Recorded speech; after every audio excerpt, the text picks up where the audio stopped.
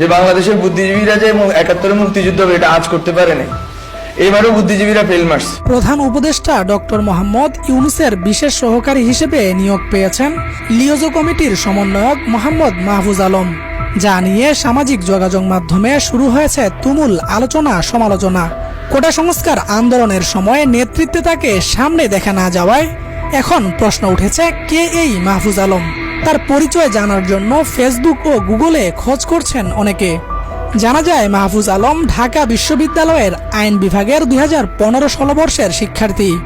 তিনি খ্যাতনামা তামিরুল মিল্লাত কামিল মাদ্রাসা থেকে আলিম পাশ করে ঢাকা বিশ্ববিদ্যালয়ে ভর্তি হন।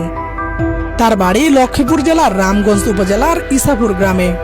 মাহফুজের নামে ইতিমধ্যে প্রকাশিত হয়েছে ঢাকা বিশ্ববিদ্যালয় প্রতিষ্ঠা ও সমকালীন জনমত নামক 2 খণ্ডের বই। যদিও বৈষম্য বিরোধী ছাত্র আন্দোলনে সামনের সারিতে তাকে